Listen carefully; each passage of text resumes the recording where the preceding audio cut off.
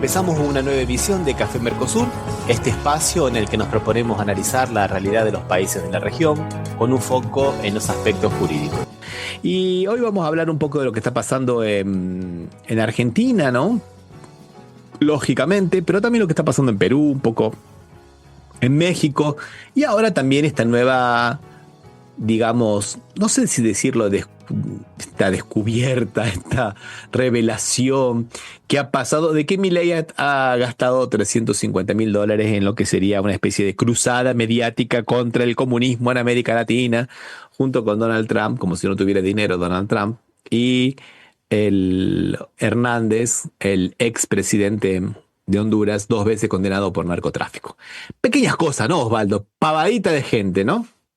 Sí, no. Para hacer periodismo digital, ¿no? Periodismo, digamos, de fake news. Junto con la derecha diario. Pero también lo vamos a asociar con algo que todavía no fue asociado, que es también con lo que está pasando en Brasil, con la fake news y con el ataque que se le está haciendo de uno de los jueces de la Corte Suprema de Justicia, a toda la Corte Suprema de Justicia en general, pero uno de los jueces en especial, que es el que está llevando adelante el proceso de la fake news, contra la fake news, la causa contra la fake news, la investigación, y que lo mantiene a toda la derecha, comunicacional, digamos, a raya, ¿viste? Pero lo vamos a ir charlando dentro de un ratito. Eso es lo que vamos a hablar hoy. Pero antes quería que hiciera una pequeña reflexión con vos, Osvaldo, recordando algunas cosas y viendo algunas otras. La imagen de Milei, esa semana tuvo 2 encuestas que fueron lapidarias para él, ¿no, Osvaldo? Parece que Sí. está cayendo en picada la imagen de Milei. Una de ellas hablaba de un 72% de popularidad, 72% de imagen negativa de Milei. Negativa. O sea, para un presidente que le faltan 2 años, Osvaldo, me parece que es altísima. Bueno, no 72, no, perdón, es 71,7. Vamos a ser honestos, ¿no, Osvaldo? Lo correcto es lo correcto, ¿viste? No exageremos, no exageremos. La consultora que realizó ese estudio es la misma que le había dado que ganaba Milei con la diferencia que ganó, ¿no? O sea, por lo cual demuestra que no es para nada, diríamos, manejada por la izquierda. No, para nada, para nada. Y después hubo otra que es Suban Córdoba, que también es de ellos, digamos, de la derecha, que cuando la gente le preguntan si hace falta un cambio de gobierno en Argentina, el 71,2% dice que sí. O sea, vos fíjate que el hombre está consiguiendo unanimidades, ¿no? Su imagen pésima cayendo en picada y la necesidad de que haya un recambio. Y hay muchos que se están empezando a despertar ahora, después de 2 años de haberse callado la boca, principalmente de la oposición y muchos de la oposición peronista, digamos, ¿no, Osvaldo? Uh-huh. Que están discutiendo el sexo de los ángeles, y están discutiendo el sexo de los ángeles en el Titanic, porque Argentina es un barco que se está hundiendo. Cuando digo el sexo de los ángeles, porque aparece uno que dice, bueno, Axel Kicillof tendría que ser el candidato y decir que Larreta va a ser el ministro de Economía. Y todo, ¿cómo va a decir eso? Otro dice, no, bueno, hay que tener un futuro gobierno que se comprometa con el superávit fiscal y con que haya un equilibrio económico. ¿Cómo va a decir eso? O sea, estamos discutiendo la pelotudez. Estamos discutiendo lo accesorio. Lo principal está pasando por otro lado, Osvaldo. Lo principal pasa por otro lado. Escuchemos un pequeño video y después lo comentamos, Osvaldo, para que sepamos cuando decimos lo principal a qué nosotros nos estamos refiriendo. Esto es un real escándalo, como el Estado Nacional, el gobierno argentino, en absoluto secreto decidió resignar por completo zonas estratégicas de la República Argentina y entregársela, en este caso, a Joe Lewis. En el 94 se constituye una empresa argentina con un presidente argentino que le solicitó al Estado una autorización para comprar hectáreas en el paraje El Follel, en la provincia de Río Negro. Son tierras de frontera, no las puede adquirir una persona extranjera. hectáreas. El tema es que cuando le dan la autorización para hacerse de estas hectáreas, ya la persona jurídica de la empresa había cambiado y había pasado a ser la de Hidden Lake Sociedad Anónima, cuyos accionistas terminan siendo Joe Lewis. Después de eso se autoriza la compra de más hectáreas ya directamente a la empresa de Joe Lewis, lo cual derivó en una investigación en ese entonces de la Fiscalía de Investigaciones Administrativas que señala las irregularidades y hace una denuncia penal en el 2006. Y los apoderados de la empresa de Joe Lewis lo que decían era que los hechos habían prescritos. En el 2023, el Ministerio del Interior, que conducía Guado de Pedro en aquel entonces, lo que hizo fue iniciar una acción de lesividad por la compra fraudulenta de estas hectáreas. Básicamente, una acción de lesividad lo que establece es que la administración pública puede reclamar que se declaren nulos sus propios actos administrativos. Con Javier Milei en la presidencia de la República Argentina, esa movida que había iniciado Guado de Pedro, esa acción de lesividad, fue terminada. Este gobierno decidió que el Estado argentino no va a reclamar sobre la propiedad de esas 12.000 hectáreas en Lago Escondido. Ahora, la particularidad de esto es que este acuerdo se firmó en feria judicial y de forma secreta, porque toda la causa, todo este acuerdo por lesividad, toda esta acción por lesividad era pública hasta que dejó de serlo con el gobierno de Javier Milei. Así que esto es un real escándalo, como el Estado Nacional, el gobierno argentino, en absoluto secreto decidió resignar por completo zonas estratégicas de la República Argentina por tratarse de fronteras, por tener ahí un lago como es Lago Escondido y entregársela en este caso a Joe Lewis. Bien, Osvaldo, esto no sería nada si no tuviéramos la presencia de un señor como Peter Thiel en Argentina, que está buscando territorios en la Patagonia para hacer sus refugios contra la crisis del fin del mundo, y tierras enajenadas de forma fraudulenta a un emir de Qatar, también, que está haciendo otras cosas, y una ley de glaciares que eran protegidos y que ya no son más. Y que son desprotegidos. Que ahora están desprotegidos. Agua para todo el mundo. Explotación minera con el agua que necesiten y con la contaminación que necesiten. Y nos van a dejar una cordillera llena de agujeros. Y nos van a dejar nada de dinero porque pagan unas regalías mínimas de lo declarado, porque se llevan todo sucio. Ni siquiera tenemos tecnología para separar las impurezas de lo que es el oro y la plata que se están llevando. Estamos hablando de nuevo del oro y de la plata, Osvaldo. Como la época de los españoles.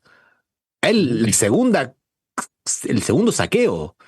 ¿Ese es el país que nosotros vamos a vivir en el futuro? ¿Ese es el país que le vamos a dejar a los futuros de los argentinos? Y son discusiones que yo no estoy viendo, Fernando, perdóname, Osvaldo. Yo no estoy viendo esas discusiones. Yo estoy viendo las discusiones si la esposa de Adorni se hizo los dientes o no se hizo los dientes, si se iba a las 4 de la mañana con las amigas o no se iba con las 4 de la mañana. Está bien para el divertimento, está bien para las redes sociales, pero no es el futuro de la Argentina post Macri, post Milei, que nosotros nos merecemos. ¿Te acuerdas que en el 2017 nosotros lo entrevistamos a un politólogo alemán? Era alemán, que él había hecho su doctorado en Colombia y que nos decía, bueno, hay que empezar a discutir el post-Macri en el 2017. Dejar de discutir qué es lo que está haciendo Macri, porque Macri se va. ¿Qué vamos a hacer después de Macri? Se llamaba Manfred, ¿te acuerdas, Osvaldo? Sí. Bien. Y no discutimos el post-Macri.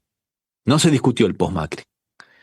Y se terminaron cometiendo errores primarios nuevamente por no tener un proyecto de país, por no saber hacia dónde íbamos, por terminar haciendo obras así a la marchanta, como se dice en Argentina, o sin un plan estratégico, salvo algunas áreas que funcionaron bastante bien y que fueron las áreas que hoy este gobierno dice que son propias.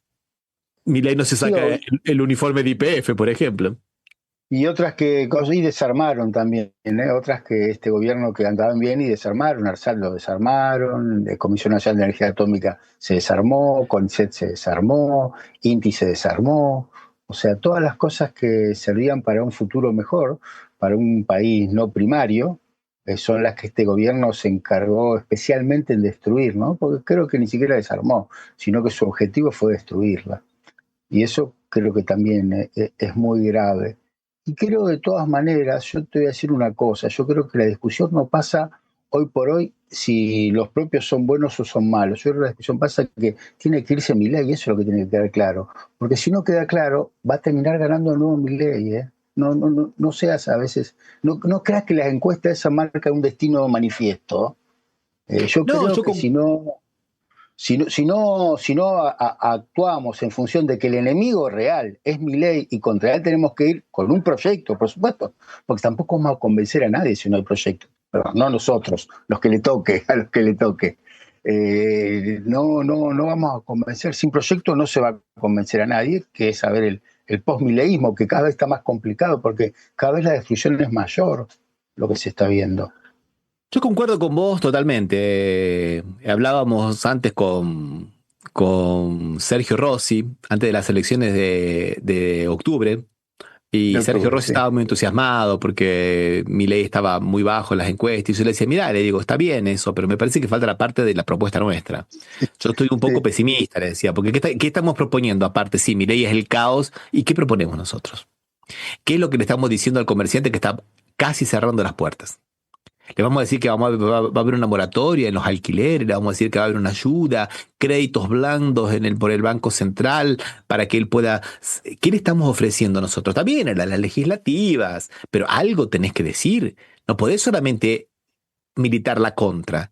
No podés quedarte nada más que en la indignación por lo que está mal. Sí, nos indignan que todos esos mocosos que advenedizos a la política, que estaban haciendo campaña en contra de la casta, diseminando discurso de odio, hoy se saquen todos créditos inmobiliarios que en condiciones normales no los podrían haber tenido nunca. No, Jamás podrían nunca. haber tenido esos créditos inmobiliarios del Banco Central con la nuestra, porque no les daba el scoring, como le dicen ahora, ¿no? O sea, no tenían los antecedentes mínimos para que les den un préstamo. Los tienen todos. Y préstamos millonarios en pesos.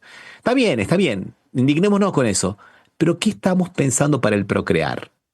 ¿Vamos a revivir el procrear que este gobierno lo cerró? ¿Lo vamos a hacer en tierras públicas? ¿Cómo se va a financiar ese procrear? ¿Va a tener ahora más impacto en la clase media endeudada o en la clase pobre que está en la indigencia y se fue a vivir en la calle? Esas son, me parece, las cosas que nosotros tenemos que empezar a pensar cómo las vamos a hacer, más allá del déficit fiscal y qué es lo que dijo fulano, mengano, o si la quiero más a mamá o a papá, ¿viste? Porque a veces te digo sinceramente, estoy viendo en las redes sociales las discusiones de las internas y es lo quiero más a mamá o a papá. ¿Te acuerdas de ese personaje, ese infantil? Está muy viejo, Osvaldo. A ver, ¿cuál es? De la familia dinosaurio, que era el nenito, el bebecito peladito de dinosaurio. Que cada vez Me que el papá acuerdo. dinosaurio, era de Walt Disney, era, que cada Sí, vez que el sí. papá dinosaurio hacía alguna cosa, él tiraba todo, le hacía la comida, tiraba todo, y decía, no es mamá, no es mamá, no es mamá, no es mamá. Algunos compañeros están iguales, Osvaldo, con todas las Sí, letras. sí, es Algunos cierto. compañeros, no es Cristina, no es Cristina, no es Cristina. ¿Y qué si no es Cristina? O sea, Cristina estará dentro de un proyecto y otros que están del otro lado y de los otros lados. Y de los otros lados. Algunos que vienen a decirte que son compañeros, personas que sabemos muy bien que están del otro lado geopolíticamente, respondiendo a intereses que no son los intereses nacionales y se venden como compañeros. Están todos ahora viendo la imagen de Milei, poniéndose la camiseta y haciendo precalentamiento, queriendo entrar a la cancha. Y no saben cuál es el juego. No saben ni las No, reglas de juego. sí, porque hay sectores realmente. Ayer, el jueves o el viernes, no me acuerdo, no, el viernes creo que fue una reunión de un sector del peronismo que realmente no sé si representa el peronismo en realidad, ¿no? Entonces, O sea, entonces eso es real porque o sea, se autodenominan, se autodicen que se son, autoperciben. se autoperciben peronistas, pero no parecen ser muy peronistas. Eso es cierto y eso también está complicando la relación porque hace que uno no entienda bien. Yo creo que eso es una cosa a futuro, se debe resolver con una interna y listo. El que gana la interna gana y el demás no creo ni siquiera que apoye, pero por lo menos empezar así. Pero sí tenés que hacer un proyecto de país, por lo menos un proyecto de país y presentar un proyecto de país. ¿Mm? Sí, Que no va a poder ser el de hace 20 años atrás, no va a poder ser el de hace 50, 60 años atrás. O sea, las cosas van cambiando, y aparte va a haber que pensar en remontar cosas que se desmontaron, ¿no? O sea, entonces todo eso es todo complejo y la gente en cierta medida está cayendo, a veces baja los brazos. Vos ves, no es inútil, ¿no? Viste, esa misma encuesta que hablamos de la mala imagen de Milei presenta una política argentina como la única que tiene saldo positivo entre la imagen negativa y la positiva, ¿no? Que Miriam Bregman, creo. Miriam Bregman, que es de la izquierda, por eso que por ahí en el exterior no la conocen, digo, pero vos mirá, es un poco, creo que también juega un poco el antiperonismo en esa posición y juega un poco la falta de confianza en el peronismo o en los que se autoperciben peronistas, ¿no? Pero o sea, hay muchas cosas.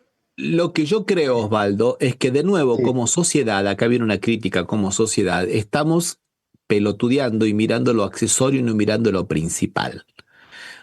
En los 90 nos reíamos de Menem y la Ferrari y que Menem no conseguía pronunciar las R's, ¿no?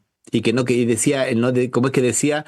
La revolución productiva, y todos los porteños se reían de eso, los porteños, los pampeanos, se reían de que no pronunciaba las R, de que no se debe decir necesario, decía, es necesario, y todo el mundo se reía de eso, y el tipo estaba destruyendo todo lo que era la industria y todo lo que era el legado de décadas de construcción de la Argentina. Y no se discutía eso, y discutíamos la Ferrari. Y discutíamos los amores de ¿cómo es? De los amoríos, digamos, de Menem, si tenía Sí. la boludez. Y después que vino un gobierno que era anti-Menem, ¿qué hizo? La continuidad de Menem. Continuó hasta con el mismo ministro, lo trajo de vuelta a Caballo. Continuó con él 1 a 1 y nos llevó a la peor crisis de la Argentina de todos los tiempos. Porque no se discutió el modelo Menem, se discutieron los modales Menem. Y trajimos un anti-Menem, un tipo que era deportista, mujeriego, le gustaba la farra, le gustaba toda la... Y trajimos un aburrido como de la Rúa. Pero lo esencial era lo mismo, era el mismo plan. En esencia, el mismo plan, no, sí, no cambiaba totalmente. O sea, ahora tenemos un loco que critica, que despotrica contra la prensa, que sale del Congreso hecho un loco, y vamos a traer ahora uno civilizado que hable con la prensa, que sea educado, que tenga buenos modos y que haga lo mismo. O sea, si no discutimos el proyecto, si no discutimos qué queremos ser, a dónde queremos ir y cuáles van a ser nuestros aliados internacionalmente, me parece que estamos de nuevo discutiendo siempre la cosa accesoria y no discutiendo lo principal. No sé, esa era un poco la impresión que yo tengo desde afuera. Sí, yo siempre en esta circunstancia, en esta instancia, lo que más le temo es al fuego amigo, diríamos, ¿no? Que son los que más están, los que más están complicando la situación. O sea, mira, vos sabés que de fuego amigo, hoy estaba investigando, Osvaldo, discúlpame, porque un caso que tristísimo, que fue el de Juan Ameri. Juan Ameri era el diputado Besateta. ¿Te acordás? El diputado que perdió la banca porque le dio un beso en el seno a la esposa y se olvidó de apagar la cámara. El chupateta le decíamos acá directamente. El chupateta era. Bueno, le dio un beso. Muy delicado. La mujer se hizo un implante, él vino, se lo mostró y él le dio un beso en el implante. Un gesto, te diría cariñoso entre marido y mujer. Solo que el tonto se olvidó de que estaba en una sesión del Congreso y que tenía que apagar la cámara. ¿Qué es lo que no se dijo? Hubo hasta compañeras que dijeron que eso era violencia de sexo, de género. Que era violencia de género, que la había expuesto y un montón de cosas. Ese hombre era un dirigente social que vino de abajo, llegó a Salta sin un peso, dormía en la sede del partido, trabajó como chofer, era sanitarista, era un puntero de los barrios, nunca se sirvió de la política para nada, siempre fue un militante de la política. Llegó a diputado porque los otros dos que estaban antes pasaron al Senado. Fue una casualidad porque ni siquiera... Pero era un dirigente, un dirigente de raíz, un dirigente de los que nosotros queremos a nuestros lados. Una persona que, mirá vos, yo no lo sabía eso, Osvaldo, mirá hasta qué punto llega. Él puso una fábrica de productos importados y la cerró porque decía que eso lo hacía sentir mal, lo hacía sentirse mal como peronista porque estaba destruyendo la industria nacional. Y hoy vende pollo en la ciudad de Buenos Aires. Le destruyeron la carrera política porque se olvidó de apagar una cámara e hizo un gesto que en privado sería un gesto delicado y normal. Vos fijate el fuego amigo. No, Alberto Fernández no fue un buen presidente, pero nunca fue el monstruo que dicen que fue. Lo comparado con el que vino después. Bueno, y ni te cuento. No, primero, con el que estaba antes y con el que vino después. Que vino después, sí, no. Ni con el que estaba antes, que no hizo obra pública, que rompió todo, que dio un préstamo de 10 mil millones de 50.000, que nos endeudó y que nos impide ahora, o sea, no podemos salir de esa traba agravada por el mismo ministro de Economía, ¿no? Que la delincuente común que le dio un préstamo de 10 mil millones de dólares a Vicentín cuando ya había perdido las elecciones y sabía que Vicentín se fue a la quiebra 3 meses después. O sea, miramos el grado de delincuencia, y que ahora se reunió semana anterior con Paolo Roca, porque Paolo Roca dice que posiblemente puede ser un candidato a presidente. Creo que no, pero bueno. Pero entonces vos fijate vos cómo nosotros somos mucho más duros con los nuestros por cosas accesorias y tontas, y somos tan, digamos, no sé si condescendientes, pero muchas veces somos bonitos con los otros, ¿no, Fernando? ¿Viste? Yo creo que de afuera, sí, me está cambiando el nombre. Viste que de afuera no creo que lo conozcan mucho a Daddy Brieva, el de que era de Midachi, no sé cuál es el reconocimiento exterior. Y él siempre fue de familia peronista, o sea. Y él dice, lo que nos pasa es que a veces somos demasiado democráticos nosotros. Y creemos que sobreactuando algunas situaciones nos van a sumar. Y no, porque los otros son todos no sé si decir antidemocráticos, ¿no? Pero los otros hacen todos sus juegos y no les importa la democracia cuando ellos están en el poder. Cuando ellos están en el poder no les importa. Bueno, ese vendría a ser, viste, la contracara de lo que vos estás diciendo, que fue muy criticado, no le permitían, en algún momento no le permitían hacer sus actuaciones en algunos pueblos, ¿viste? Qué sé yo, había un poco de todo, ¿no? Un poco recuerda lo que pasaba con Discepolín. Pero bueno, todo esto, y sin embargo, o sea, por eso se vuelve hay esas versiones de que esto no puede ser, de que hay que cambiarlo, pero es cierto que a veces tenemos que evitar matarnos entre nosotros. O sea, si alguien nos tiene que matar, que nos maten de afuera, diríamos. No, y aparte, como decía un poco Daddy Brieva, que ya que lo nombraste, decía, bueno, si ya que nos van a decir que somos chavistas, comunistas, y que somos de lo peor de la tierra, seamos algo, porque estamos demasiado buenitos. Nos están haciendo la fama y no hacemos nada nosotros, ¿viste? Pero yo, para cerrar este tema de lo accesorio y de lo principal, Osvaldo, quería referirme a una imagen que ha circulado, y unas imágenes que circularon ahora en Argentina, y creo que en el mundo también, ¿no?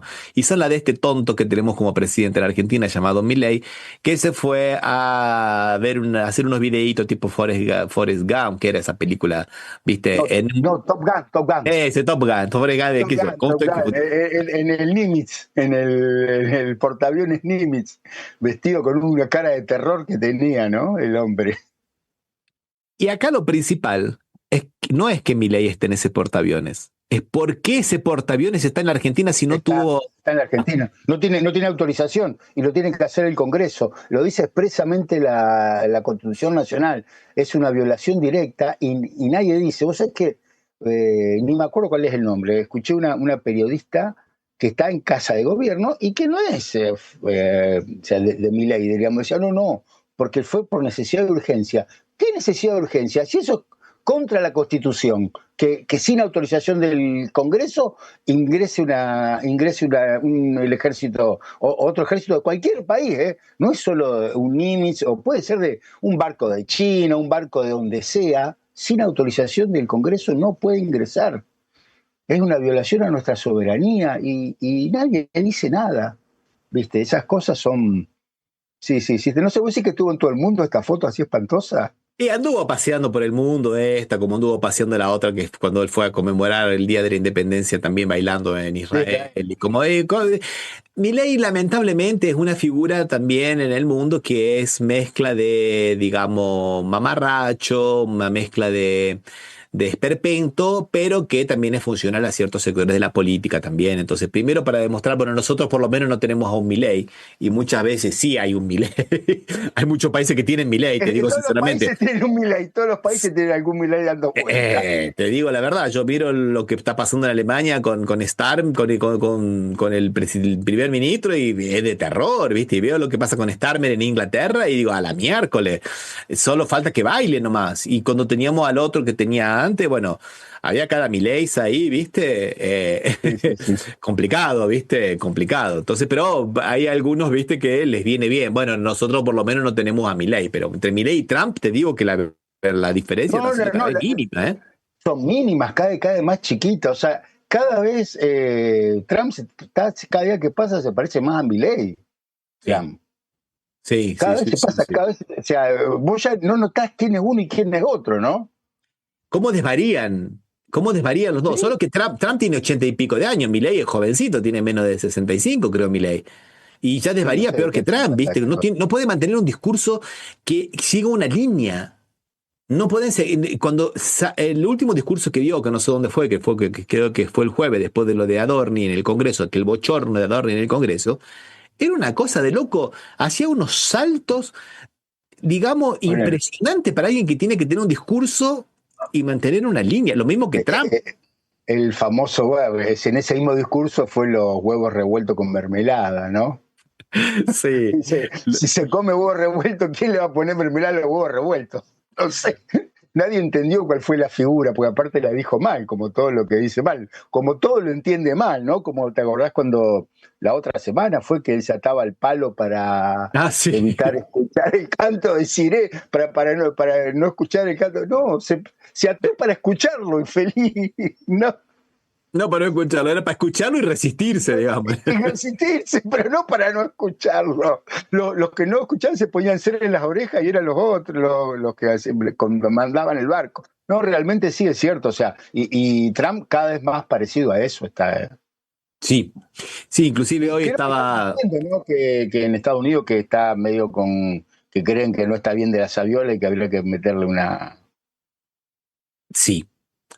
Hoy dijo que lo habían sometido a un examen y que salió muy bien porque fue un examen que seguramente Obama no lo pasaría, y que le preguntaban que definiera si era un dinosaurio, un oso, no sé qué. Chapita, como dice. Claro, loco más. Lo que pasa es que este loco tiene bombas atómicas, tiene un ejército grande, ¿viste? Bueno, no quería ver eso, pero parece que pidió los códigos y los militares le dijeron, ni loco, te los pasamos. No, te lo damos. No, yo estoy ni loco, dice, yo estoy loco, por eso lo quiero, dijo.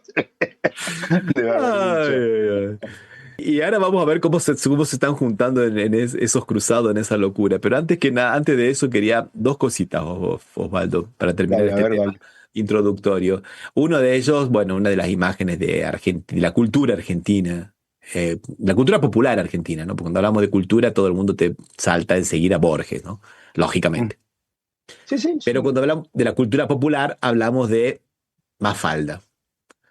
Es una identidad. ¿Sabés la cantidad de jardines de infantes que se llaman Mafalda en Brasil, por ejemplo? No sabía, mira. Muchísimo. La cantidad de gente en Brasil que se identifica con Mafalda. Todos los turistas brasileños se van a San Telmo a sacarse la foto al lado de Mafalda en el bar. Sí, no, yo he visto, he visto en San Telmo colas de cuadras de extranjeros para sacarse foto con Mafalda. Sí. Cuando hablas de cultura popular, hablas de Mafalda. Y cierra Ediciones de la Flor. Sí. Y cierra Ediciones de la Flor. Pero no solamente cierra por la crisis económica, cierra por el modelo de oligopolio, como dice la dueña, por el modelo de oligopolio de las grandes. Y eso es también falta de un proyecto de cultura que nosotros no supimos darnos. No es solamente la crisis. O sea, habría que decir, ¿no?, que perdió Mafalda, perdió el de acá a Fontana Rosa, todos que publicaron sus primeras ediciones ahí, y no me acuerdo otro más que había escuchado que no sabía, y realmente lo perdió porque se lo ganaron los españoles, porque tienen más dinero, porque tienen más apoyo, porque no es Rodolfo Walsh, eso ahora estoy mirando, Rodolfo Walsh, todo porque son más, no hay una política que desarrolle la cultura, al contrario, para este gobierno la cultura es mala. La cultura, no sé si escuchaste el discurso que hizo el secretario de Cultura del Gobierno Nacional, que fue espantoso. O sea, viste, está la Feria del Libro, se está haciendo acá en la Ujú. Argentina, en Sí, Buenos sí. Aires en realidad, no en Argentina. Y habló el secretario de Cultura, dijo barbaridad, y es un secretario de Cultura, porque no le interesa la cultura a este gobierno, porque son todos generalmente incultos o ignorantes. Qué locura, ¿no? Bueno, y eso es lo que, a eso me quería referir yo, Osvaldo, también. No solamente a la cosa pequeña, no solamente, viste, veamos qué país queremos. ¿Qué país queremos? Y ya que hablaste de la Feria del Libro, aprovechemos también. No, no es una visita, pero aprovechemos para mandarle un gran abrazo. La vamos a tener dentro de poco a nuestra amicísima Nora Merling, que presentó su libro en la Feria del Libro, un libro que se llama Pensar en la educación en la era del algoritmo y que yo quiero comprarlo, pero lo que pasa es que estoy en Brasil y acá en Brasil no lo venden, así que Osvaldo, compralo vos y mandámelo. Bueno, Cuando bueno, lo bueno, voy a, presentó, voy a ver si el fin de semana que viene te perdón, no aviso lo por ahí. presentó, estamos haciendo propaganda, lo va a presentar el martes 5 a las 19 horas en la Feria del Libro en Buenos Aires. Nuestra misísima, Bueno. le mandamos un abrazo muy Sí, grande a Nora que ha Merling. tenido varias participaciones, hace bastante que no participa Sí, en es verdad. Café. Pero vos sabés que justamente creo que el próximo fin de semana voy a ver si me puedo ordenar y voy a ver si voy, que quiero ver unas cosas allá en la Feria del Libro, que hace años que no voy, y tengo miedo que la cierren en cualquier momento, aparte, viste, que desaparezca. Aprovechá y pasá por las ediciones de La Flor, que están rematando todo para traerte algunos Rematando, sí. recuerditos, algunas Vos cosas. sabés que la última vez que fui, traje libros que tenían en remate, o sea, ese libro, viste, que tiene esas ediciones, y ahora encontré unas Ujú. ediciones buenísimas, ediciones de La Flor. Fue del lugar que más libros traje la última vez que fui. Así que bueno, ya cumplimos con nuestra amicísima Nora Merling. Ya, Que aparte, los libros de Nora Merling yo los he leído hasta ahora, menos este, los he leído todos y son excelentes, y no excelentes. sabés si lo vas a leer, porque te lo tengo que comprar yo, te lo tengo que mandar. O sea, Hasta que nos encontremos de vuelta. claro, va a ser difícil.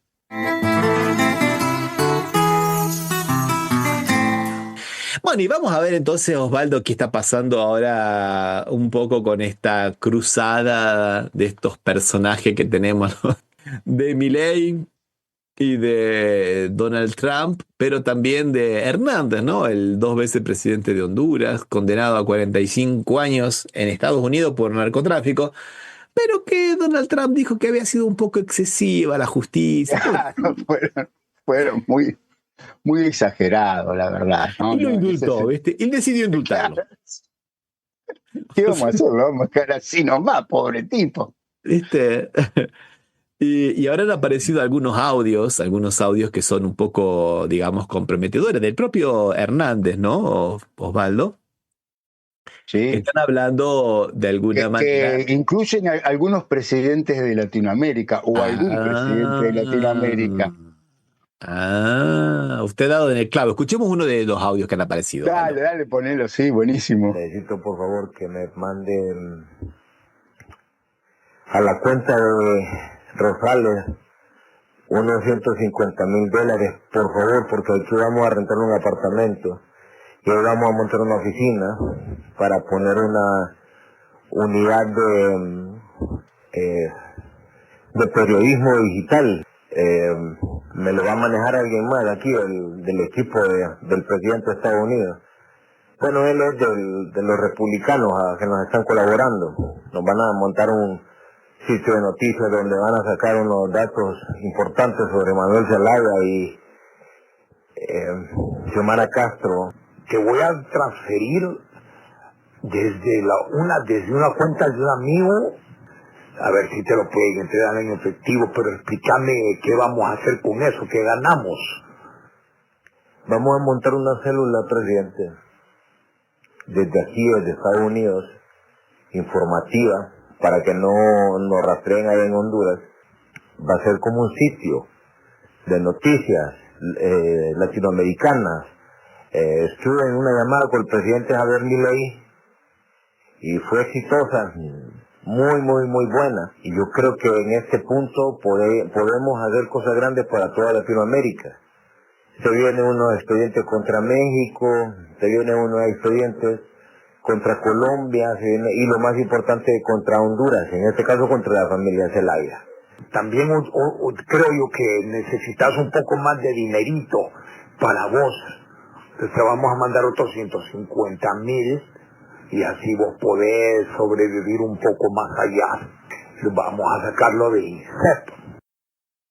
Bueno, eso que escuchábamos era la comunicación entre el expresidente Juan Hernández, el indultado, y el actual presidente de Asfura, ¿no? Y vos fijate cuántas cosas hay en ese audio. Son 2 audios, porque después tuvo otro de Hernández, tuvo con una con una mujer también que dice que Milei había entregado $350,000 a esta cruzada. ¿Cuántas cosas hay en ese audio de denuncia, no, Osvaldo?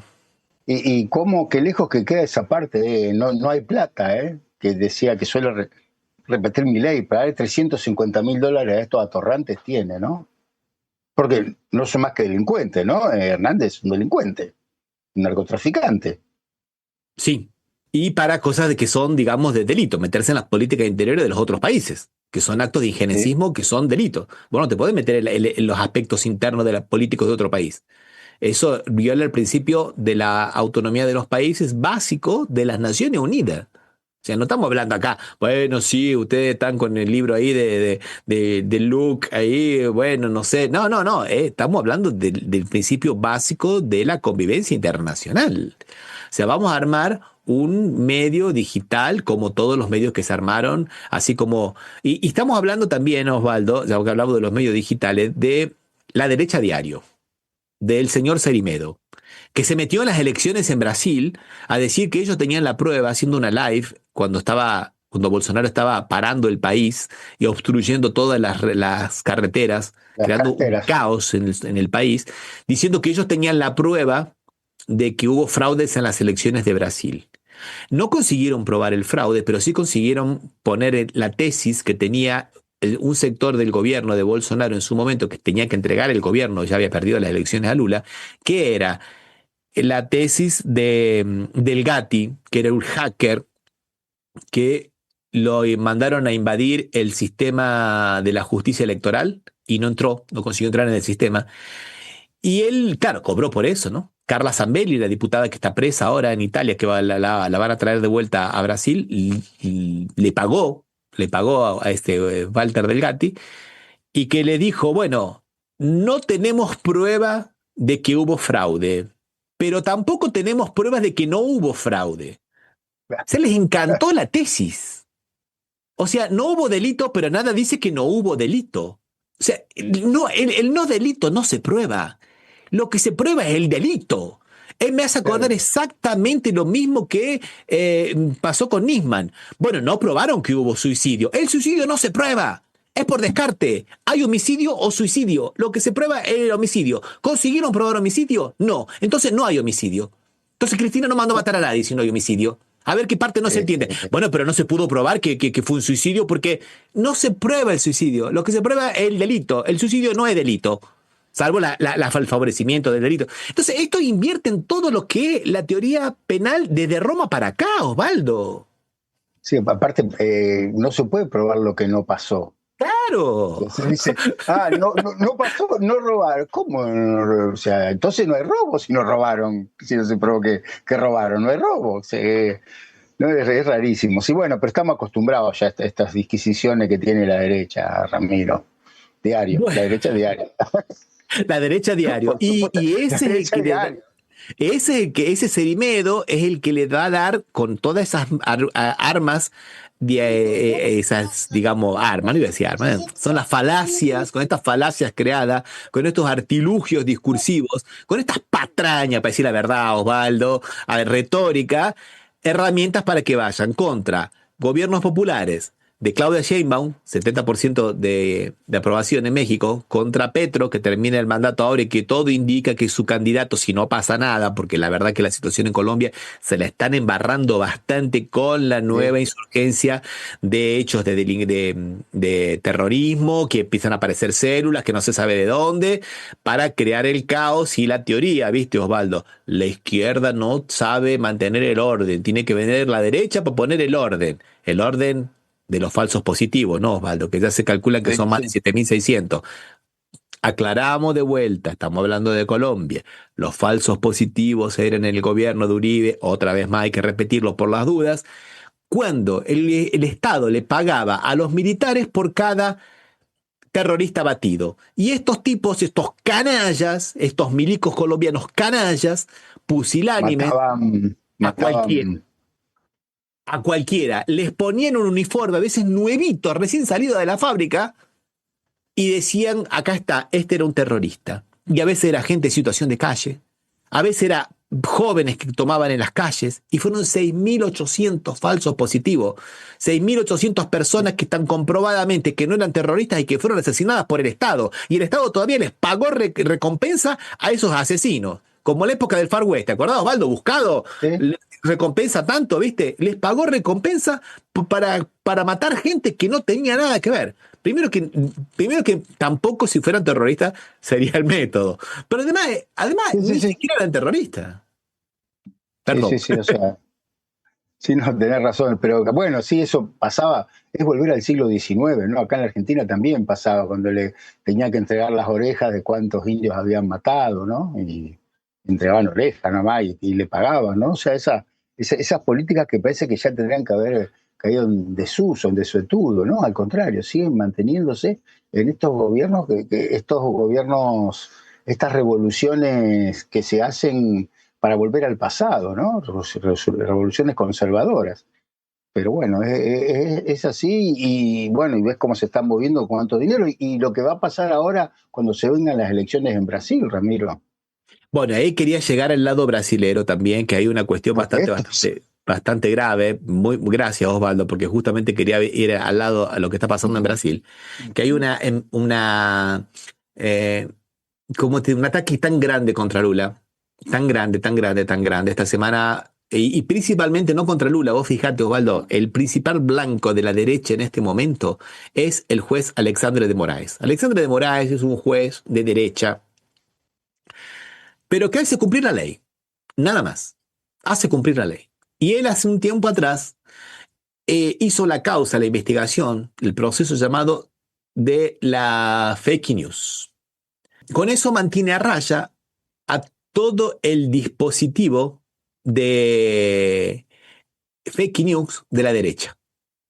O sea, a veces con determinaciones extremas. Por ejemplo, cuando Twitter, X ahora, ¿no? Twitter. La justicia le mandó, estos determinados perfiles están haciendo discursos de odio y fake news. Tienen que retirarlo. Y Elon Musk dijo, no lo retiramos, porque esto es una plataforma libre. No lo retirá, está bien. No van a participar más en Brasil. Bueno, está bien, no participamos en Brasil, pero vos también tenés Starlink. O sea que tampoco le vas a poder cobrar Starlink porque Starlink y X están asociadas. Entonces vos tampoco vas a poder seguir, o sea, todo el dinero de Starlink va a estar ahora, no incautado, va a ser, digamos, a disposición de la justicia hasta que cumplas las disposiciones de la justicia. Después de 3 meses de lucha, a lo cual anduvo Elon Musk por el mundo entero diciendo que en Brasil era la dictadura de los jueces, que no había libertad de prensa, tuvo que agarrar y decir, bueno, está bien, bajar y volver a Brasil. Violín en bolsa. Exactamente. Violín en bolsa y empezar. Aquí nos dice Adelina Roya Gómez, le mandamos un abrazo, dice, se legisla perfectamente, pero se aplica mal y se olvidan las decisiones pasando por encima de la ley. No, y eso que está diciendo Adelina es interesantísimo, muchas gracias Adelina, es lo que nosotros como izquierda tenemos que recuperar. Ellos hablan todo el tiempo de lo que es la seguridad jurídica. Nosotros tenemos que hablar de la seguridad jurídica. Nosotros tenemos que decir que por pensar no podemos ir preso. Que por ir a manifestarnos sin hacer disturbio todos los miércoles con los jubilados en la plaza del Congreso en la Argentina, no nos pueden reprimir y meter presos. que no nos pueden andar persiguiendo sin orden del juez, como dice ahora el decreto de necesidad y urgencia que modificó la CIDE, la Secretaría de Inteligencia del Estado de Milei, y que lo publicó el día 2 de enero, por el cual ahora te pueden investigar, cualquier agente de la CIDE te puede investigar y te puede meter preso sin darle participación a un juez. Osvaldo, eso es una locura. Eso es una locura. Y nosotros estamos discutiendo si un compañero quiere poner el déficit fiscal sí o el déficit fiscal no. Está jugando con la más preciada de las garantías constitucionales, el derecho a la libertad. No, sí, y a la división de poderes. Justamente el único que te puede ordenar la detención es un juez, no te lo puede ordenar ninguna autoridad administrativa.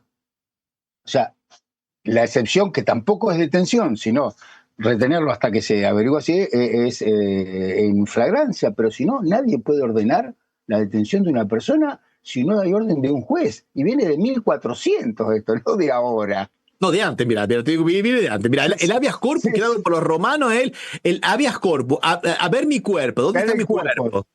Traer el cuerpo. Exactamente, de Roma viene, de antes. Claro que después se hace, en 1215 se hace con el rey sin tierra, se hace, digamos...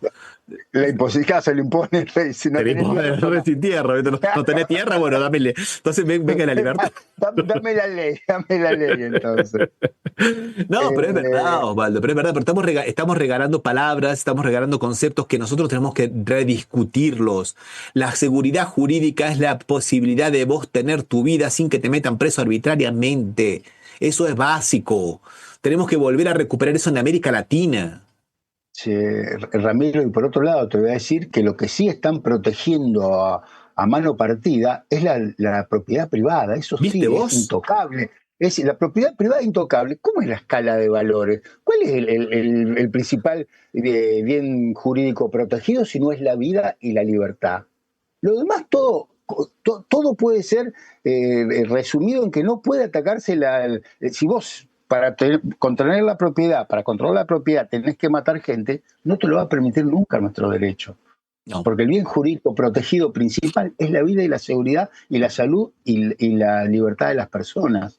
¿No? Pero acá está todo subvertido los valores no en esta sociedad, en este gobierno puntualmente, creo. Te diría que en el mundo, Osvaldo, porque esa misma discusión que estamos viendo, en varios lugares del mundo donde la derecha se ha articulado a través, como decíamos, de estas falacias, de estos artificios retóricos, de estas palabritas así, entonces, y a veces terminan en algunas consecuencias funestas. Volviendo un poquito a la Argentina, viste, les han metido en la cabeza a un gran sector de la sociedad, principalmente de la clase media, que bueno, el problema de que la Argentina no crece es porque hay un Estado totalitario que le pone palos en la rueda, pero si vos sos un emprendedor individual y seguís nuestros cursos de netshoring, no sé qué cuántas palabras en inglés que le meten cualquier cosa, ¿viste?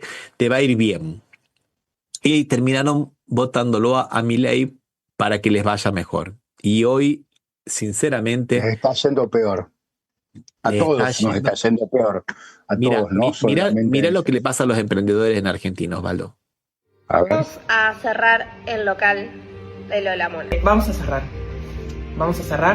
todo. Lamentablemente MRX tiene que cerrar. Cerró FATE, cerró Peabody. La causa de que yo cierre se llama Javier Milei. Es así de simple y sus putas políticas que está aplicando.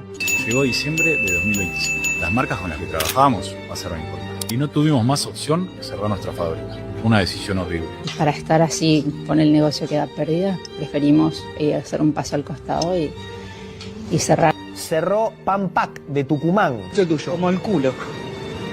La verdad, el que te dice otra cosa te miente. Yo me quedé sin laburo, laburaba en la industria. Mirá. Ahora estoy trabajando en un garaje, estoy haciendo algo que no estaba acostumbrado a hacer porque me quedé sin trabajo en otro lugar. ¿Sé lo que es abrir un restaurante, tener los mozos, los cocineros, encender los aire acondicionados, las luces, todo? Y que no vaya nadie. ¿Podemos hablar de la cantidad de negocios que están cerrando y están vendiendo su fondo de comercio acá en Neuquén? Mucho motivo. Los servicios también, ¿no? Sí, el servicio está en las nubes, está en la espada de la pared. Cerró Beer Market, que tiene sucursal en Amba y en Cava. Esto, una fábrica que no vende nada. Miren el stock que tiene. Es una locura. en una galería histórica de Córdoba, que tiene más de 50 locales comerciales habilitados. Solo 5 o 6 locales funcionan en este momento. Las ventas están por el suelo, están bajísimas. No vamos a seguir adelante con el local. Cerró Lácteo Suipacha, Sueño Fueguino, una textil. Pero notamos que hay muchos locales vacíos en una zona donde hay mucha población, mucha gente y donde nunca se vieron tantos locales vacíos. Miren lo que es. Cerró Cocot y Dufour de Parque Chas. Se está liquidando por cierre definitivo de la marca 47 Street, todo al 50%. De tener 25 locales a pelear por no desaparecer. Mirá, Osvaldo, estamos hablando de Avenida Santa Fe, estamos hablando de Parque Chas. Estamos hablando que la crisis está llegando a la clase media alta. Estamos hablando de Córdoba, 74% de los votos de Milei. Este video, viste que tiene los subtítulos en portugués, me lo pasó Cristian Sale desde Río de Janeiro, a quien le mandamos un abrazo, que nos saluda aquí, porque son los videos que se están pasando en Brasil.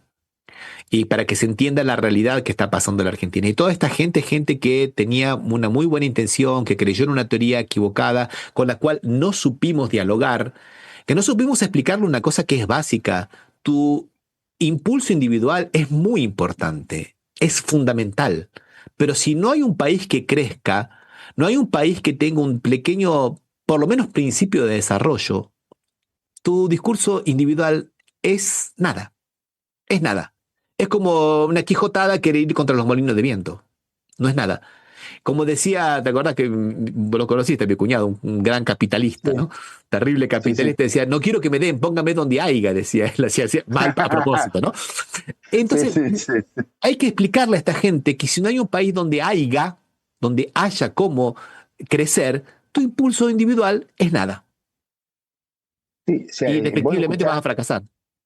En varios que te dicen, no necesito que me permitan contratar trabajadores, nada, necesito vender. Si yo vendo, después los contratos con la legislación que tenga, no me interesa. Pero si no vendo, no voy a contratar a nadie, por más que me paguen por tenerlo, no lo puedo tener tampoco. O sea, ese es el problema en que estamos. Y las propuestas de ellos, vamos a permitir importar así alegremente, que entre cualquier porquería, destruimos el INTI, que es el que lo va a controlar, si están bien o están mal, si mata gente o no, porque hay muchos productos que están vendiendo y si no tienen los controles de electricidad y de descarga a tierra, todo eso, son una máquina de matar gente. Todas esas cosas que se importan, por más que sean más baratas, y lo que es peor, son iguales o más caras que las de acá. O sea, realmente es una situación muy, muy compleja que este resumen, mira vos, así que en Brasil también lo están viendo, o sea, cómo está la situación en la Argentina, ¿no? La situación económica. Hay muchos videos que están haciendo los subtítulos en portugués. Cristian me pasó muchísimos. Y la verdad que sí. Mirá este pequeño video que tiene que ver con lo que vos estás diciendo, Osvaldo. Se juntaron a tomar vino y terminaron intoxicadas. El viernes pasado, 3 amigas se reunieron en el domicilio de una de ellas, ubicado en la localidad santafesina de Arroyo Leyes, para festejar un cumpleaños doble. Cada una debía llevar algo a la juntada, por lo que la designada de las bebidas eligió 2 vinos tintos para la celebración. No obstante, a la hora del descorche, la dueña de casa les dijo que ella también había comprado un vino, pero en este caso blanco y dulce. Sin hacerse drama, la mujer que llevó los tintos le dijo que ella pasaba porque el vino blanco no le caía bien, así que solo tomó lo que compró. El episodio se tornó macabro cuando la primera amiga que prueba el vino blanco empezó a sentir una fuerte quemadura en la lengua y el paladar.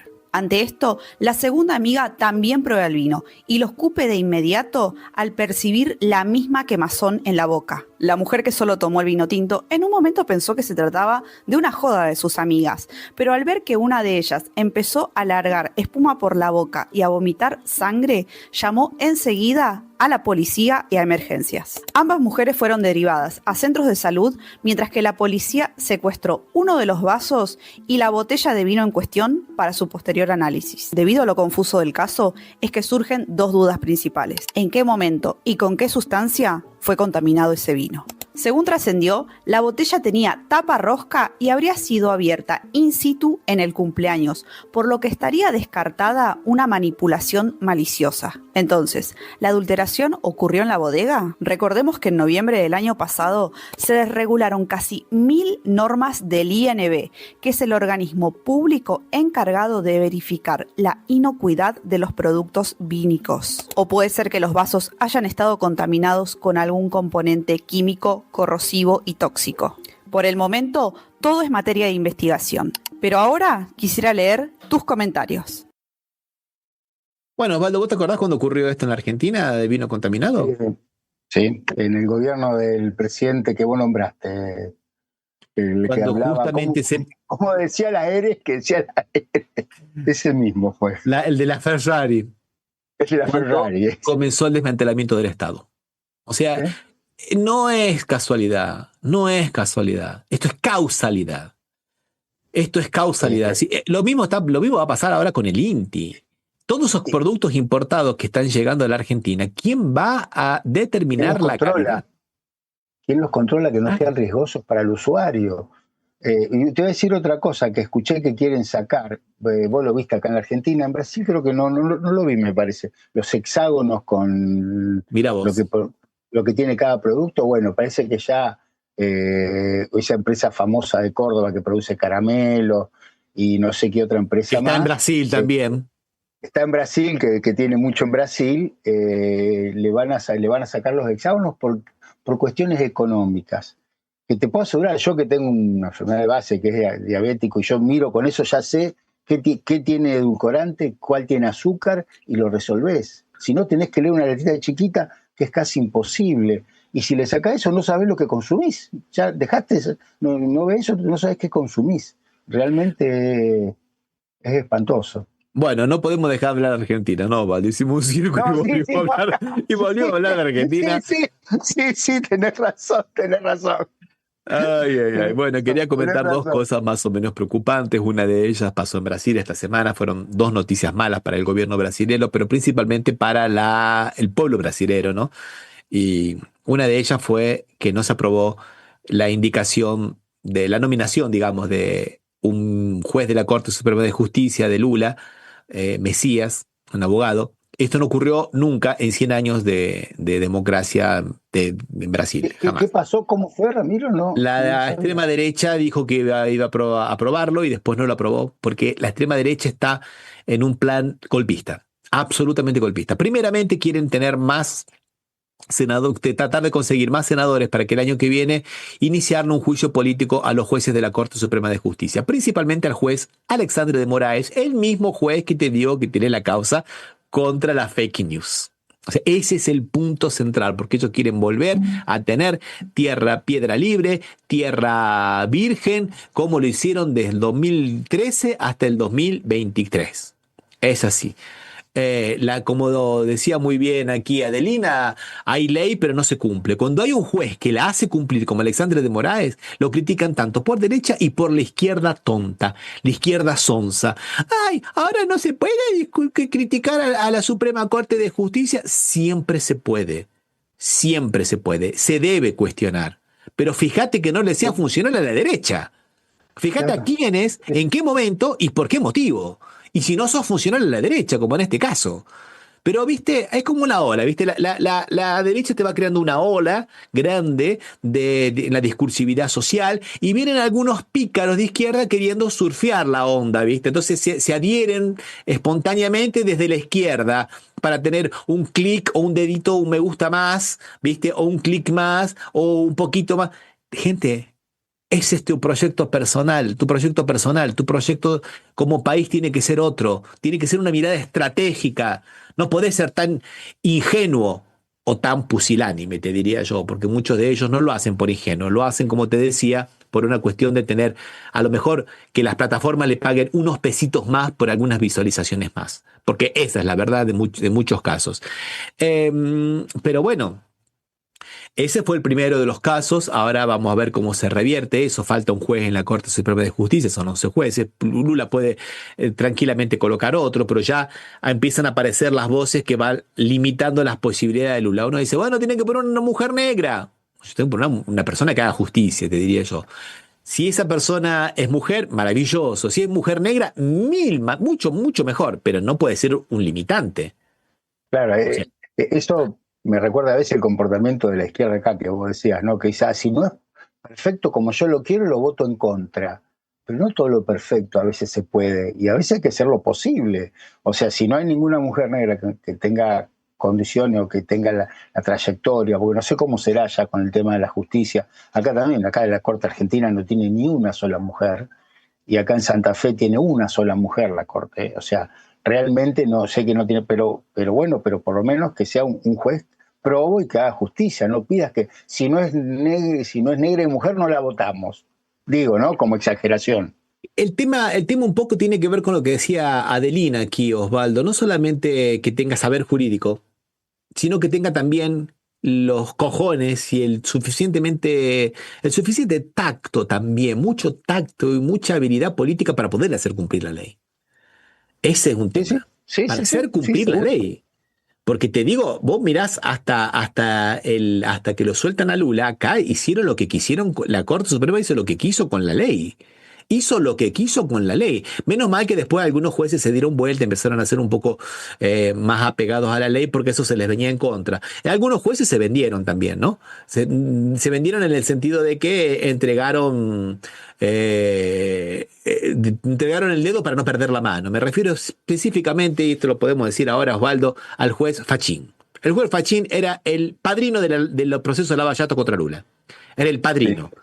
Cuando empiezan a aparecer otros procesos, principalmente lo que se llamaba operación spoofing, que era a través de que habían hackeado los chats de Telegram de todos los jueces de la operación Lavallato y de todos los fiscales de la operación Lavallato, y se mostraba la podredumbre de la operación Lavallato y la injerencia del Departamento de Justicia de los Estados Unidos. ¿Sabes lo que hizo Fachín? No, Lula libre y paramos por acá. ¿Me entendés? Fue una... Sí.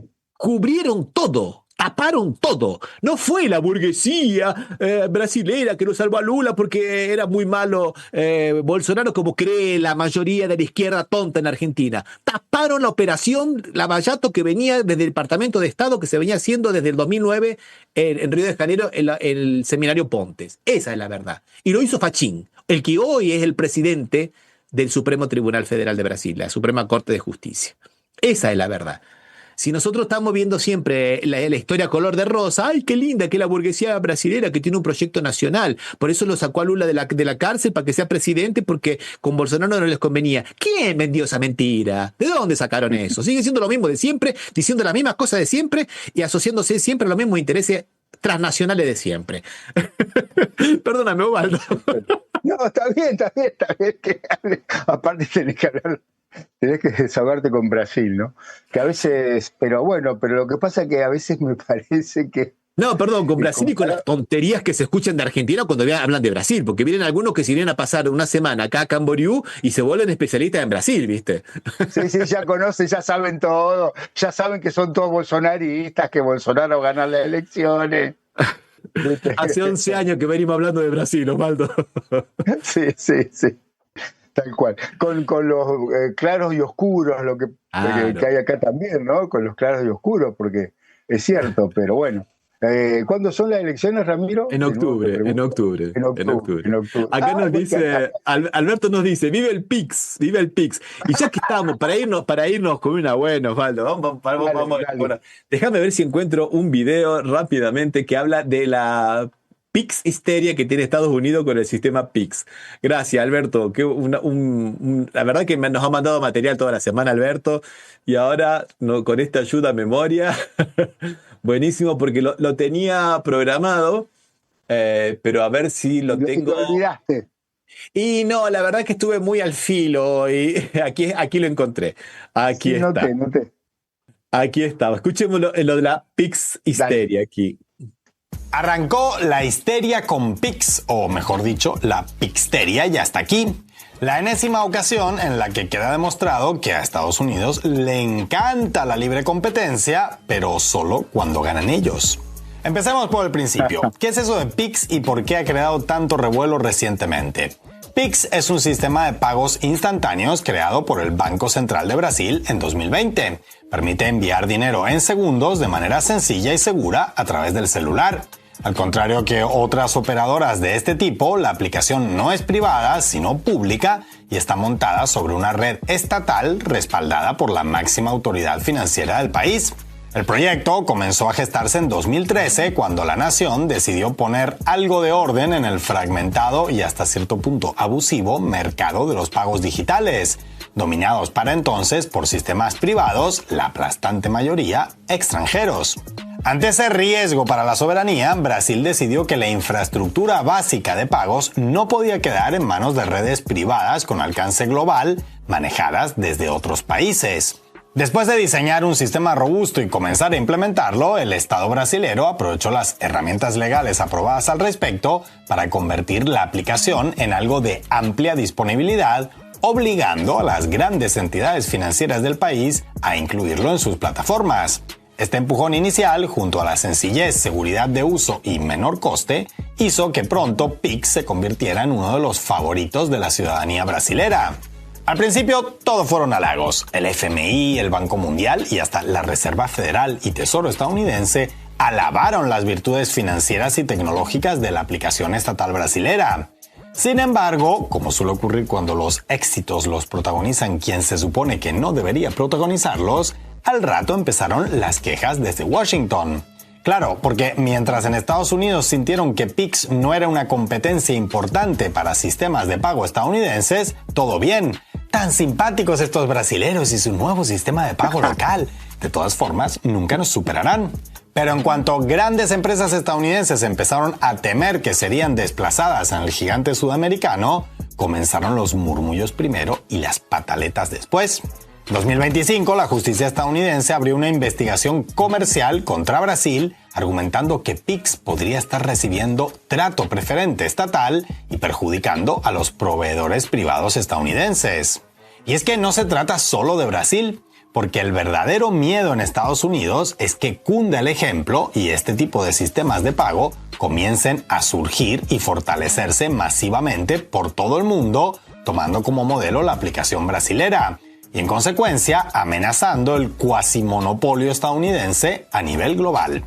Porque al final, la libre competencia que tanto promueve Washington nunca ha sido sincera ni real, ya que no se trata ni siquiera de una libre competencia verdadera, sino de un sistema diseñado para fingir que todos compiten en igualdad de condiciones, cuando en realidad el auténtico objetivo es que ganen los mismos de siempre. Bien, ese era Mirko con su ironía tradicional, explicando un tema muy pero muy interesante, ¿no, Osvaldo? ¿En qué año se creó el Pix, Ramiro? En el 2013, pero se empieza a implementar en el 2020 más o menos. Tiene un tiempo ahí en el 2020. Ahora hay un tema interesante porque hay un tema de política interna acá. Bolsonaro en el primer momento decía, no, era presidente, ¿no? No, bueno, ese Pix no es nada, ¿qué me importa eso del Pix? Cuando le preguntaron. Ahora dice, no, yo soy el papá del Pix. Yo lo hice el Pix. Pero Estados Unidos, justamente la semana pasada, hizo una crítica y dijo que iba a investigar y iba a poner aranceles a Brasil si no terminaban con el Pix. Porque las dos principales banderas de tarjeta de crédito estaban perdiendo dinero. Y ahora, ¿qué hacen los hijos de Lula que son pro Trump? ¿Van a estar a favor de Trump y en contra del pueblo brasilero? Acá el Pix tiene, creo que la última encuesta fue más del 73% de aprobación popular. No son los hijos de Lula, no son los hijos de Lula. Perdón, los hijos de Bolsonaro, los hijos de Bolsonaro, perdón, gracias. Los hijos de Bolsonaro, ¿qué van a hacer? ¿Van a seguir apoyando las decisiones de Estados Unidos, como cuando le aplicaron los aranceles, las tarifas a Brasil? Y que después dijeron, no, está bien que se las aplique y puede mandar acá el portaaviones, acá está Río de Janeiro. Y que eso le hizo perder cualquier cantidad de votos a la derecha en general y lo hizo subir en las encuestas a Lula, que salía a defender la soberanía de Brasil. Y en el caso del Pix es exactamente lo mismo. O sea, estas, digamos, locuras de Donald Trump, porque la sienten en el bolsillo, locuras de desesperado, no de loco, sino de desesperado, en realidad puede ser que terminen, puede ser, no, seguramente van a terminar ayudando a Brasil y a la candidatura de Lula por consecuencia, y puede ser interesante, ¿no, Osvaldo? Y la otra cosa, ya para terminar con Brasil y terminar el programa ya, Osvaldo, porque la verdad que hoy estamos un poco, estamos diciendo que Bolsonaro y que Trump, que Milei y que Trump no consiguen mantener una línea, estamos parecidos nosotros. Claro, estamos contagiando, es contagioso. Ay. No, y la segunda noticia de Brasil. La segunda también, que puede ser un tiro en el pie para la derecha, es que un día después de haber no aprobado, digamos, la nominación de Mesías para la Suprema Corte de Justicia, decidieron dejar sin efecto, anular un veto de una ley que el mismo Congreso había hecho, un veto de Lula. La ley era de la dosimetría. Como no podían decretarle una amnistía a Bolsonaro y a los que participaron en el acto del 8 de enero, dijeron, bueno, vamos a hacer una ley que vamos a cambiar la forma de medir la pena de los delitos graves, o sea, que caían todos, violadores seriales, caían todos. Entonces, vamos a bajar la pena. Claro, se armó un revuelo en la nación. Lula dijo, no, esto se veta. Esto es una locura. ¿Cómo le vamos a bajar la pena? Es una reforma penal esto. ¿Qué es esto?